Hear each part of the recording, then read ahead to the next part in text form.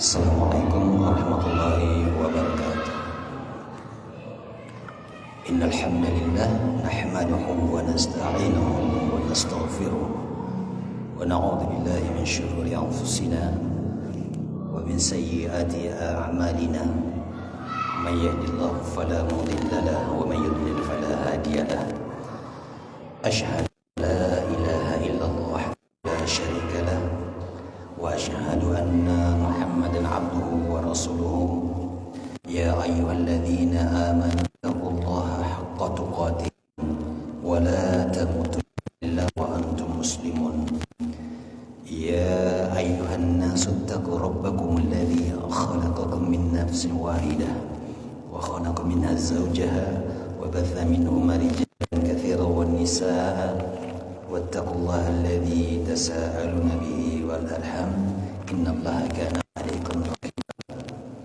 Ya ayyuhalladzina amanu taqullaha wa qulu qawlan sadida yuslih lakum wa yaghfir lakum dhunubakum wa may yuti'illaha wa rasulahu faqad faza fawzan 'azima.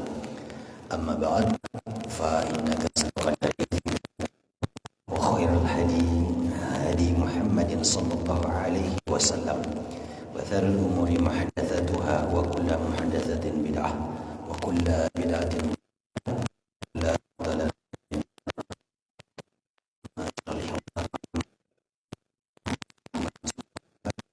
kembali kita memuji Allah Subhanahu wa taala atas nikmatnya Allah Subhanahu wa taala kepada kita. Allah Subhanahu wa taala masih memberikan kesempatan kepada kita bertemu di tempat yang mulia ini dalam rangka saling memberikan nasihat di antara kita. Melanjutkan kita pada pekan lalu, yaitu Asyru Qawaidul Istiqomah, 10 kaidah tentang istiqomah, dan kita sudah masuk pada yang pertama dalam kaidah istiqomah. Kaidah istiqomah yang pertama yaitu istiqomah pemberian Allah Subhanahu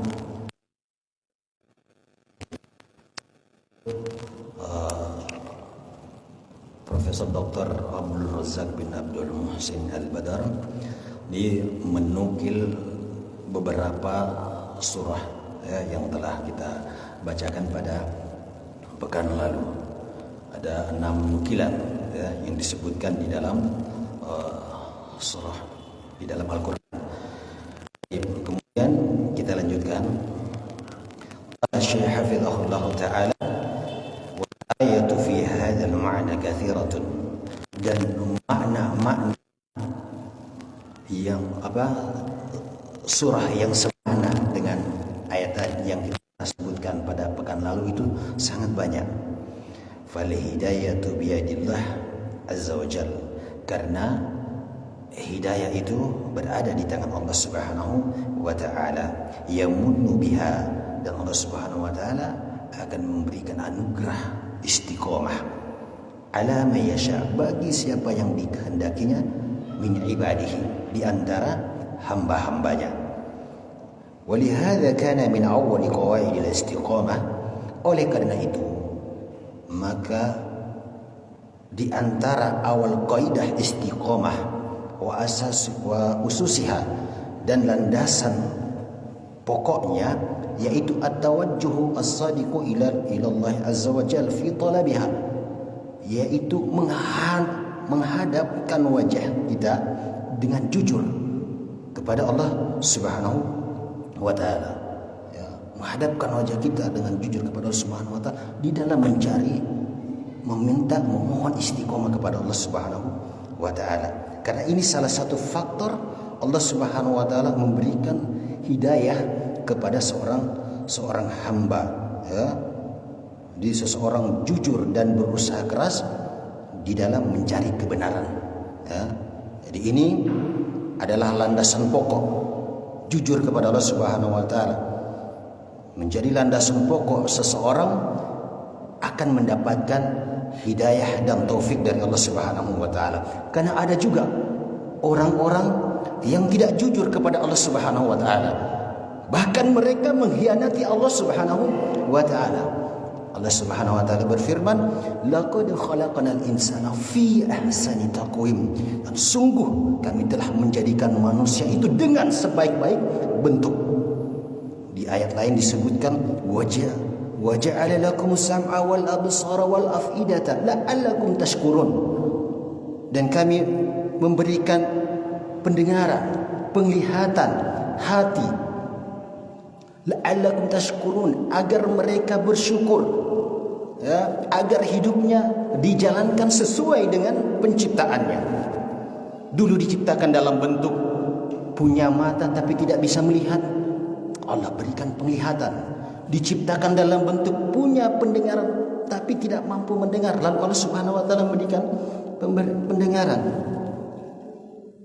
Punya kaki tapi tidak mampu berjalan, Allah Subhanahu wa taala berikan kemampuan untuk bisa berjalan. Tidak punya harta, Allah berikan harta. Tidak punya ilmu, Allah berikan ilmu.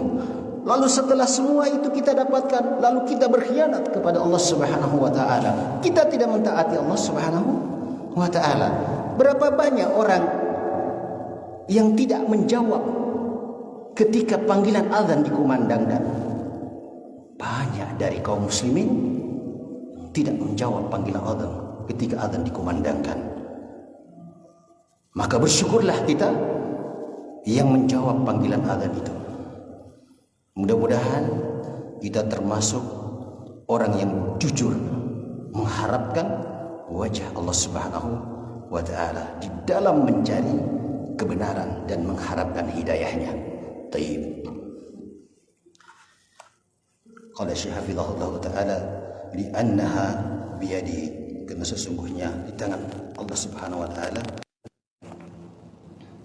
hidayah ila siratal mustaqim, petunjuk di atas jalan yang lurus. Kemudian Syekh menukil doa yang sering dibaca oleh Rasulullah sallallahu alaihi wasallam agar hati kita tetap istiqomah. Wa qad kana aktsaru du'a sallallahu alaihi wasallam, dan Nabi sallallahu alaihi wasallam senantiasa memperbanyak doa. Apa doa Nabi sallallahu alaihi wasallam? Ya muqallibal qulub, tsabbit qalbi ala dinik. Wahai zat yang membolak-balikan hati, kokohkanlah hati kami di atas agamamu.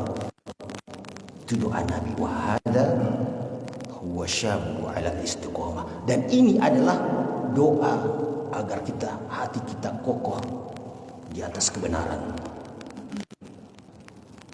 Tidak kita ragukan lagi Nabi kita Muhammad sallallahu alaihi wasallam, bagaimana keimanan beliau dan amalan-amalan beliau. Bahkan beliau sudah dijanjikan oleh Allah Subhanahu wa taala termasuk penduduk surga. Namun Rasulullah sallallahu alaihi wasallam senantiasa memohon istiqomah kepada Allah Subhanahu wa taala dalam doa-doa beliau. Tentu kita dengan kadar takwa seperti ini, ilmu dan amal kita yang amat jauh dari Rasulullah sallallahu alaihi wasallam, harusnya kitalah yang lebih banyak meminta kepada Allah Subhanahu wa taala dengan segala kelemahan kita dalam beragama. Apalagi kita sangat rentan terkena syubhat, terkena fitnah syahwat dan fitnah syubhat.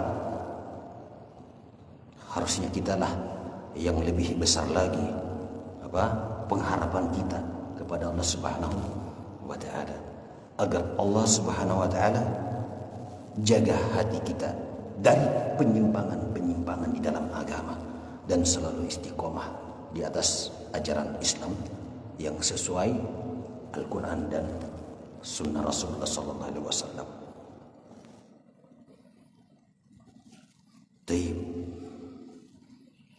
Kemudian Syekh menukil hadis dari Ummu Salamah. Ya. Ummu Salamah bertanya kepada Rasulullah sallallahu alaihi wasallam. Ini masih terkait istiqomah. Qultu, saya bertanya kepada Rasulullah, ya Rasulullah, wahai Rasulullah, awa innal quluban la tataqallab. Bukankah hati itu berbolak-balik? Qala na'am. Rasulullah mengatakan, iya, benar. Ma min khalqillahi min bani Adam min basharin illa anna qalbahu baina usbu'ain min asabi'illah. Tidaklah dari ciptaan Allah Subhanahu wa taala di antara anak-anak Adam, yaitu di antara manusia, kecuali hatinya berada di antara dua jari Allah Subhanahu wa taala. Fa insyaallah azza wa jalla aqamahu. Apabila Allah Subhanahu wa taala berkehendak, maka dia akan dikokohkan di dalam istiqamah. Wa insya'a azagha. Dan apabila Allah Subhanahu wa taala berkehendak, maka dia dipanglingkan dari kebenaran. Fal istiqamatu biyadillah faman aradaha li nafsihi. Maka istiqomah itu berada di tangan Allah Subhanahu wa taala. Karena istiqomah itu berada di tangan Allah Subhanahu wa taala, maka barang siapa yang menginginkan istiqomah pada dirinya, falyatlubha, maka hendaklah dia mencarinya. Hendaklah dia mengharapkan minallahi, dari Allah Subhanahu wa taala. Waliyuliha fi su'al, mencari, memohon, berdoa. Liyuliha itu merengek-rengek di dalam berdoa, memohon kepada Allah Subhanahu wa taala, menghadirkan hatinya. Ya. Karena Allah Subhanahu wa taala, Rasulullah sallallahu alaihi wasallam bersabda, "Ad'ullaha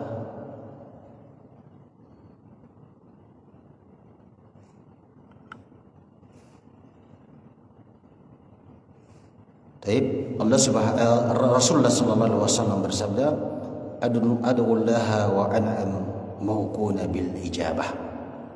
Berdoalah kepada Allah Subhanahu wa taala dalam keadaan yakin akan dikabulkan.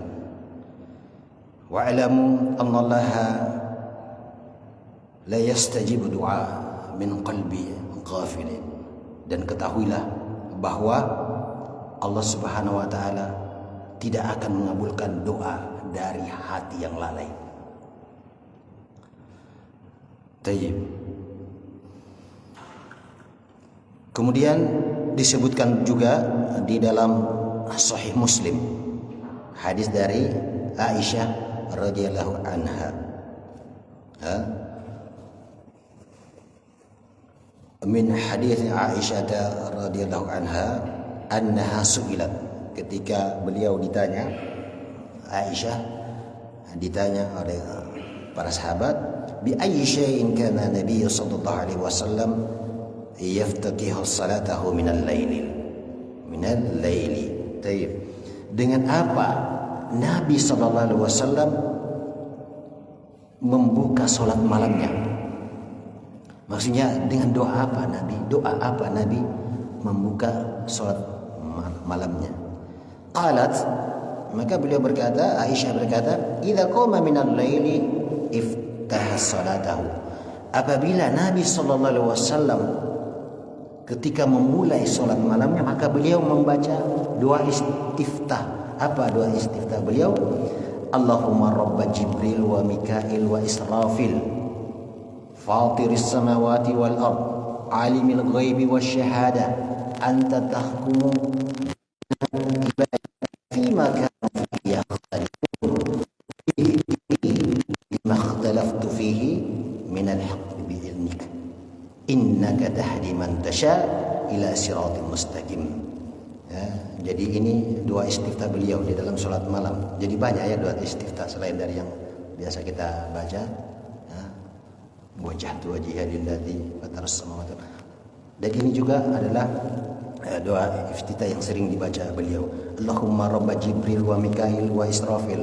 Wahai Tuhanku, Rabbnya Jibril, Mikail dan Israfil, fatiris samawati wal ard, yang menciptakan langit dan bumi, alimil ghaibi wasyahada, yang mengetahui perkara yang ghaib maupun yang nyata. Anta tahkumu bainas ibadik fima kanu fihi yakhtalifun. Engkau menetapkan di antara para hamba-hambamu apa-apa yang mereka perselisihkan. Ihdini lima ikhtalaftu fihi minal haqqi. Maka berikanlah aku petunjuk, berikanlah aku hidayah ketika aku menyelisihi kebenaran biidnika di antara hamba-hambamu. Innaka tahdi man tasya'u ila siratal mustaqim. Sesungguhnya engkau memberikan petunjuk bagi siapa yang engkau kehendaki di jalan yang lurus. Baik. Ini adalah salah satu doa istiftah beliau yang sering dibaca. Fa hadza kana alaihi salatu wassalam yaqulu kulla laili fi iftitahihi li salatil lail innaka tahdi man tasya' ila siratal mustaqim. Ini ya beliau doa istiftah yang sering dibaca beliau ketika salat tahajud, salat malam. Dan ini juga kebiasaan-kebiasaan para salaf, orang-orang soleh terdahulu. Suatu ketika Nabi berkata kepada Abdullah bin Umar. Ya. Apa kata beliau kepada Abdullah bin Umar? Ni'mar rajul Abdullah. Sebaik-baik orang adalah Abdullah. Law kana yusalli minal lail. Kalau dia mau salat malam. Ya. Lalu kemudian Abdullah setelah itu Abdullah ba'da dzalika la yanamu minal lail illa qalil. Setelah itu Abdullah tidak tidur kecuali hanya sedikit. Jadi begitu ya, para sahabat itu seperti itu. Keimanan mereka itu sangat luar biasa. Beberapa ucapan saja yang keluar dari Nabi langsung dilaksanakan. Mereka sungguh-sungguh di dalam mengamalkan. Begitulah zaman yang penuh dengan keberkahan.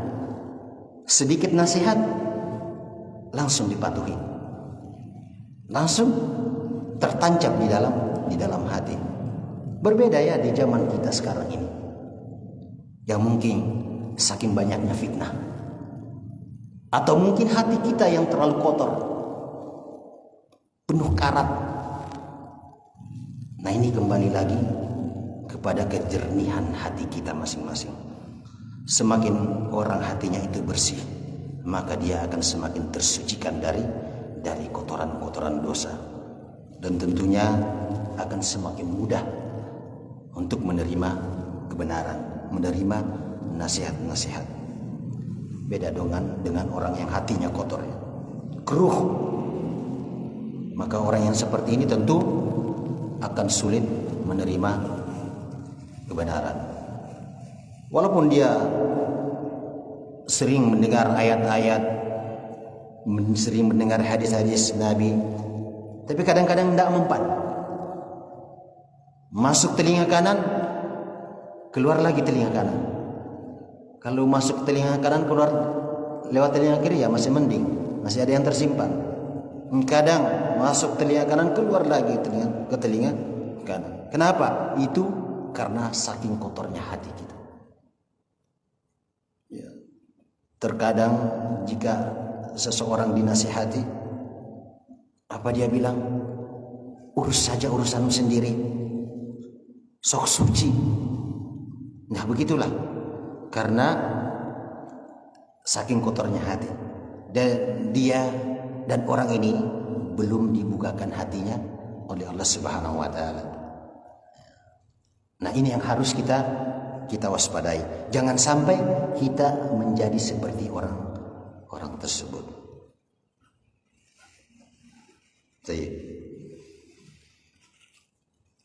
Kemudian qala Syekh hafizahullah wala matlabu, ketika kita meminta dengan doa ini, ai soal Allah Ta'ala al-hidayah, yaitu memohon hidayah kepada Allah Subhanahu wa Ta'ala, maka ini adalah a'zamal matalib wa ajallaha. Maka ini adalah sebesar-besar wa ajallaha, seagung-agungnya, semulia. Aujaballahu Subhanahu wa Ta'ala ibadihi, di mana Allah Subhanahu wa Ta'ala mewajibkan kepada para hamba-hambanya, ayyas'alahu hidayata ila sirat marqariratin fil yaumil wal lailah. Agar apa? Memohon hidayah kepada jalan yang lurus berulang-ulang kali siang dan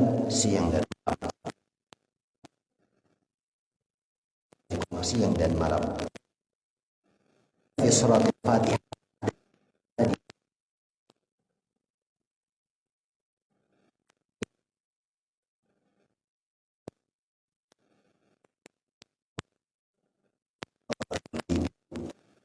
ada di dalam memohon hidayah. Hafizallahu ta'ala berkata, qala ba'du ahli ilmi, sebahagian ahlul ilmi, penuntut ilmu, yang bagi ayyunabbaha al-awam ila anna hadha du'a, maka seharusnya sebahagian atau ya para penuntut ilmu agar memberitahukan kepada orang-orang awam, orang-orang yang belum mengetahui, ya, bahwa ayat ini adalah doa, ihdinas siratal mustaqim. Apa kata Syekh? Fa indama taqulu, maka ketika engkau mengatakan ihdinas siratal mustaqim, anta tad'ullaha bihadhihi da'wati allati aujabaha Allahu 'alaika 17 marratan fi yaumi wal lail. Engkau memohon kepada Allah Subhanahu wa taala dengan doa yang dimana Allah Subhanahu wa taala mewajibkan 17 kali dalam sehari semalam, bi'adadi raka'atin salati al-maktubah, yaitu dengan jumlah rakaat salat wajib. Nah, ini menunjukkan kepada kita bahwa memohon hidayah istiqomah itu adalah doa yang harus terus-menerus kita panjatkan. Maka inilah salah satu tujuan kita sholat. Agar apa? Agar kita memohon hidayah kepada Allah Subhanahu wa taala.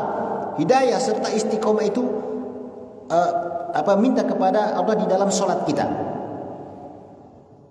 Dan mengenai hidayah ini, ya, bahwa ketika seseorang itu berdoa meminta hidayah kepada Allah Subhanahu wa taala, maka secara otomatis dia meminta kepada Allah Subhanahu wa taala dua hal. Ya. Dan ini tidak akan mungkin keluar dari dua hal ini. Yang pertama, ilmu nafi, ilmu yang bermanfaat. Yang kedua adalah amalan soleh. Karena orang tidak mungkin dia mendapatkan hidayah sampai dia mendapatkan ilmu, sampai dia berilmu, ya, sampai dia diberikan taufik oleh Allah Subhanahu wa taala berupa ilmu yang bermanfaat. Itu yang pertama, ya. Orang tidak akan mungkin mendapatkan hidayah sampai dia diberikan ilmu oleh Allah Subhanahu wa taala. Yang kedua, orang tidak akan dikatakan mendapatkan hidayah sampai dia diberikan taufik untuk beramal dengan ilmu yang telah diajarkan oleh Allah Subhanahu wa taala. Bagaimana bisa mengetahui itu adalah kesyirikan? Ya, dengan ilmu. Ya. Jadi para ulama membagi hidayah itu ada dua. Ada hidayah ad-dilalah wal irsyad dan ada hidayah taufik. Apa itu hidayah ad-dilalah wal irsyad? Adalah hidayah ketika kita menyampaikan kebenaran kepada seseorang, maka ini dikatakan hidayah wal irsyad. Nabi SAW menyampaikan kebenaran kepada kaumnya. Nah, ini adalah hidayah ad-dilalah wal irsyad. Kemudian yang kedua, hidayatut taufik. Apa itu hidayatut taufik? Ini adalah hidayah yang ketika seseorang menerima kebaikan, ketika disampaikan kebenaran, maka orang tersebut dengan mudah menerima kebaikan tersebut. Dan ini adalah semata-mata Allah Subhanahu wa taala yang memberikan hidayah tersebut. Hidayatut taufik ini hanya berada di tangan Allah Subhanahu wa taala. Jadi ketika seseorang dengan mudahnya menerima kebenaran, maka dia telah diberikan hidayatul taufik. Ya. Jadi hidayah ada dua, hidayatul al-irsyad, ad-dilalah wal irsyad, dan hidayatul taufik. Dan hidayatul taufik ini terbagi menjadi dua tingkatan. Terbagi menjadi dua tingkatan, ya. Bagaimana disebutkan Al-Hafiz Ibnu Rajab menjelaskan bahwa hidayah itu terbagi menjadi dua. Ada yang hidayah tingkatan yang pertama, ada hidayah yang bersifat umum dan ada hidayah yang bersifat khusus. Adapun hidayah tingkatan yang pertama dari hidayat wat taufik, ada dua kan tadi dua, ya. Ada hidayat ad-dilalah wal irsyad, kemudian hidayatul taufik. Apa itu hidayatul al-irsyad? Yaitu ketika kita menyampaikan kebenaran, maka ini dinamakan hidayatul al-irsyad, ya. Hidayatul ad-dilalah wal irsyad. Dan apa itu hidayatul taufik? Ketika seseorang dengan mudahnya menerima kebenaran, ya. Ini dikatakan hidayatul taufik. Sedangkan hidayatul taufik ini memiliki dua tingkatan. Ada yang pertama yaitu secara umum, dan yang kedua secara khusus. Yang secara umum, ya, bersifat umum, ya, dan ini diistilahkan oleh para ulama dengan hidayatu ila tariq. Hidayah menuju jalan. Menuju jalan kemana? Menuju jalan Islam. Misalkan seorang yang kafir, orang yang musyrik, lalu kemudian bersyahadat, ya, kemudian memenuhi seluruh ketentuan dan syaratnya, ya, melaksanakan apa yang diperintahkan Allah Subhanahu wa taala, kemudian menjauhi segala larangan, maka dia masuk pada hidayah umum ini, yaitu hidayatul ila tariq. Hidayah di atas jalan menuju Islam. Baik. Kemudian hidayah yang kedua, hidayah khusus, yaitu hidayatul ala tariq. Tadi ila, ini ala tariq. Hidayah di atas jalan, maksudnya di atas jalan Islam. Artinya seseorang ketika telah masuk ke dalam Islam, lingkup Islam, apakah dia masih membutuhkan hidayah? Apakah kita ini masih membutuhkan hidayah? Iya, kita masih membutuhkan hidayah. Agar apa? Agar hati kita tetap istiqomah, tetap berada di atas jalan Al-Quran dan Sunnah Rasulullah SAW. Ya. Jadi bentuk hidayah yang kedua ini adalah hidayah yang mengenal rincian-rincian balasan untuk orang-orang yang beriman. Apa balasannya untuk seorang muslim dan mukmin, dan ini dibutuhkan oleh seluruh kaum muslimin siang dan malam.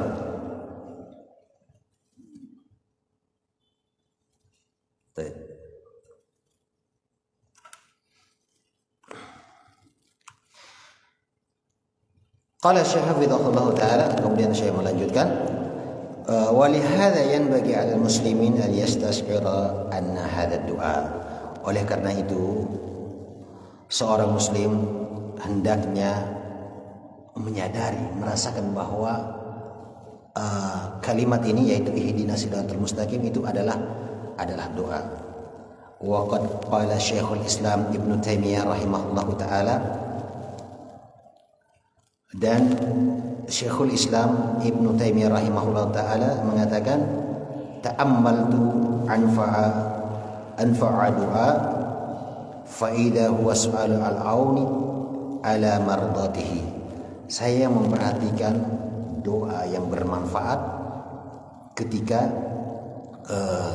seseorang meminta ala mardatihi, agar dia berada di atas jalan yang lurus tersebut. Tsumma ra'aituhu fil Fatihati, dan saya melihat doa itu ada di dalam surah Al-Fatihah, ya, iyyaka na'budu wa iyyaka nasta'in. Wa qala, kemudian Syekh mengatakan, umiral abdu bidawami du'aillahi subhanahu wa ta'ala. Maka seorang hamba diperintahkan untuk senantiasa, ya, berdoa dengan doa ini, memohon kepada Allah Subhanahu wa taala al-hidayah, hidayah itu ila siratal mustaqim, ila istiqomah, agar istiqomah di atas jalan yang lurus. Fa anta matlubun minka an tudawima ala hadha doa ilahi al-hidayah lil istiqamah wa huwa mawjudun fi surat al-Fatihah. Intinya Syekh di sini mengatakan bahwa doa itu ada di dalam doa yang paling terbaik, yang paling baik itu ada di dalam surah Al-Fatihah. Kemudian beliau menukil perkataan dari Hasan Al-Basri. Wa kana Hasan Al-Basri rahimahullahu taala idza qara'a aqulullah taala, apabila beliau membaca ayat kemudian tiba di ayat innal ladzina qalu rabbunallahu tsumma istaqamu, maka beliau berdoa, Allahumma anta rabbuna farzuqnal istiqomah, wahai Tuhanku, wahai Rabbku, Engkau adalah Rabb kami, maka berilah kami rezeki berupa istiqomah. Ini doa dari Hasan Al-Basri. Jadi kita telah selesai dari kaidah yang pertama, yaitu bahwa istiqomah itu adalah pemberian Allah Subhanahu wa taala. Maka ketika hidayah telah menghampiri kita, maka kita pergunakan sebaik-baik hidayah yang diberikan Allah Subhanahu wa taala tersebut. Jangan sampai Allah Subhanahu wa taala mencabut kembali hidayah itu. Berapa banyak orang-orang yang telah menerima hidayah lalu kemudian akhirnya mereka kena begitu beratnya fitnah yang mereka terima, akhirnya tidak kuat menahan sehingga menjadi futur. Berarti Allah cabut dari hidayah dari mereka.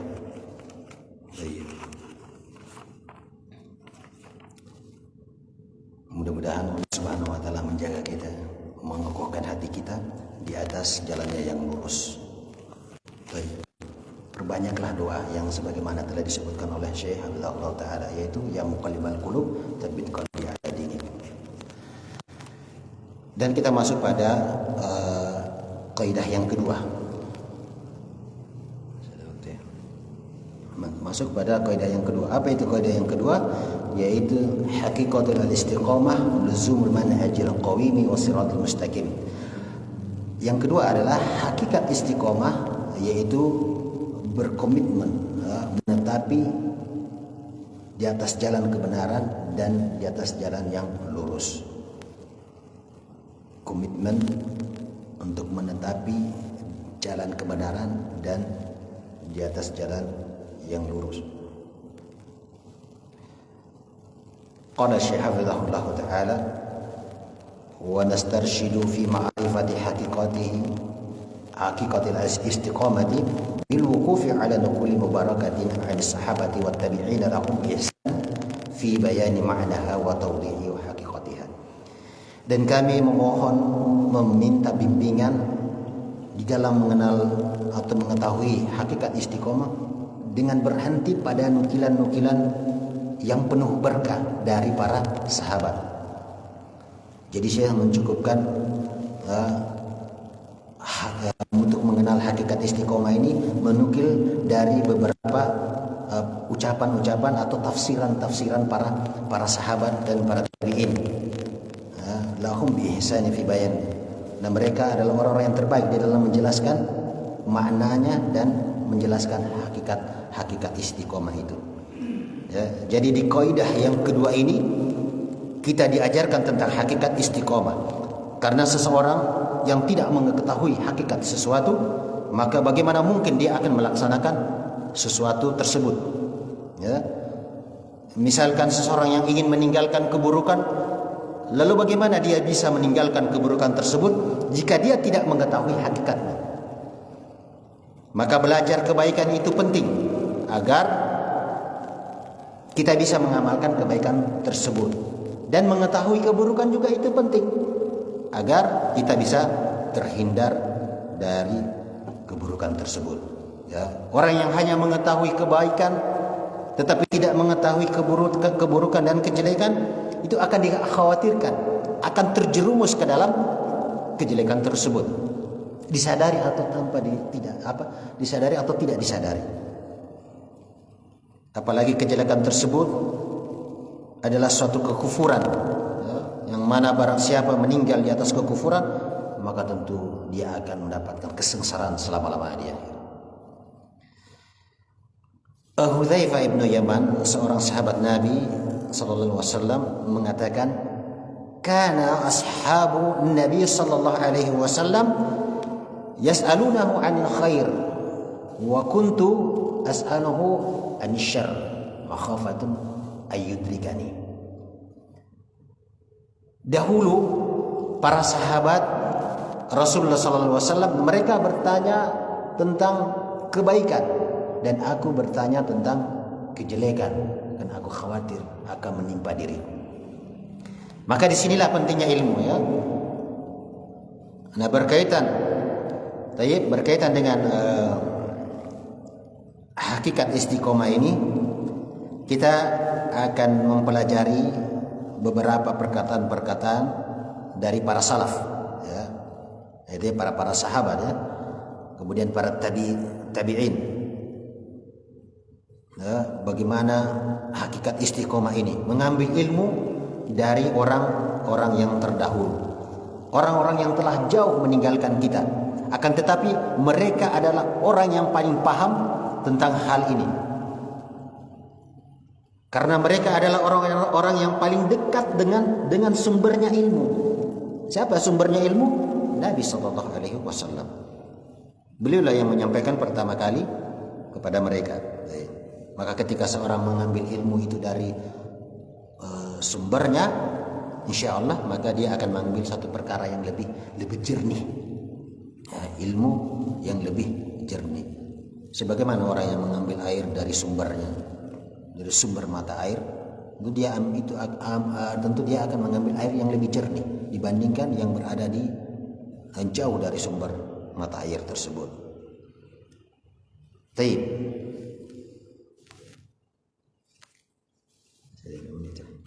4 menit, ya.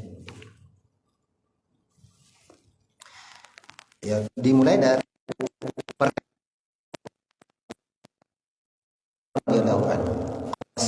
ummah Abu Bakar.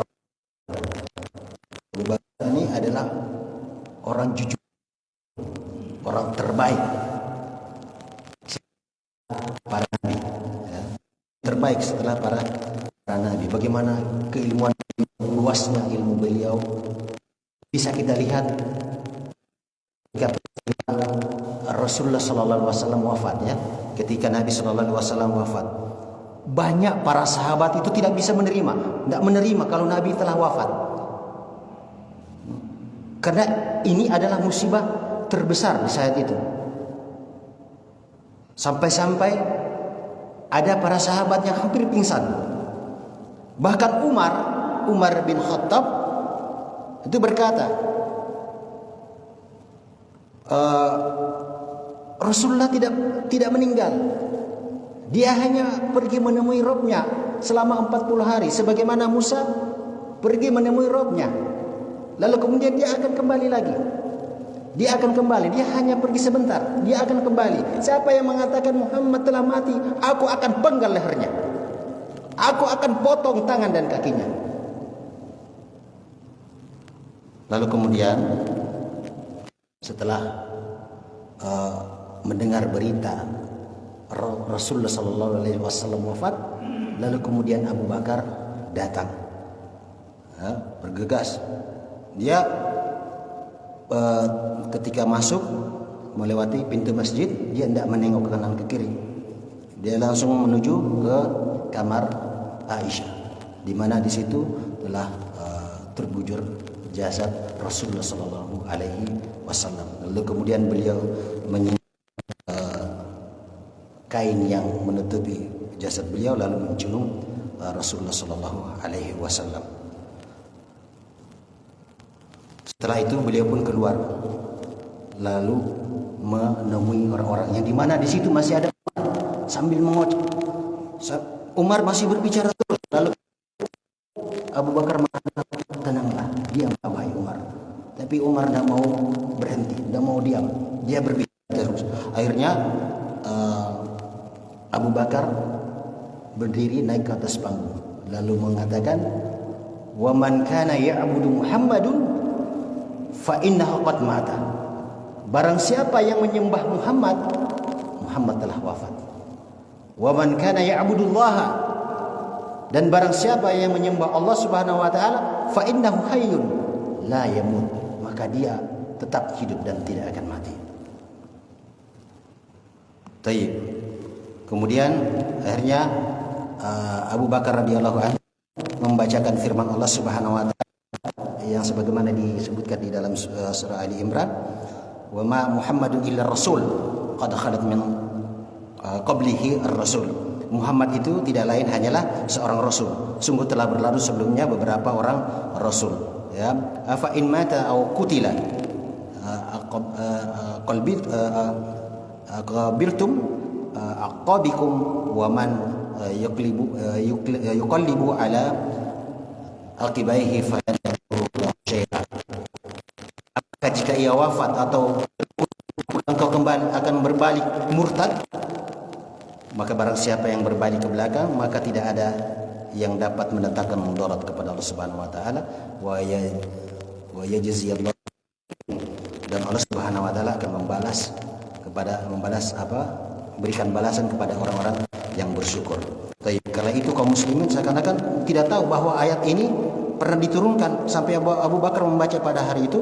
Mereka mengambil ayat yang dibaca oleh Abu Bakar itu, padahal ayat ini sebenarnya sudah pernah turun kepada mereka, ya. Lalu Abu Hurairah kemudian mengambil mushaf itu lalu membaca, dan ketika itu maka Abu Hurairah setelah membaca itu lalu tersadar, roboh ke tanah karena tidak mampu berdiri lagi. Maka terbukalah mata para sahabat ketika itu bahwa Rasulullah SAW benar-benar telah wafat. Nah, lihatlah bagaimana Abu Bakar bersikap ketika mendengar Nabi wafat. Dengan keluasan ilmu beliau, akhirnya dia bisa menenangkan para sahabat.